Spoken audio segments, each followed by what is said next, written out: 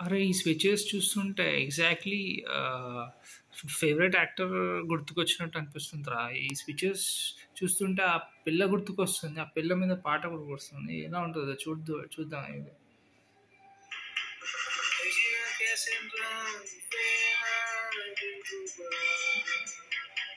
వస్తాడు నీకు రాజు చేస్తాము నీకు పెళ్ళి వస్తాడు నీకు రాజు చేస్తాము నీకు పెళ్ళి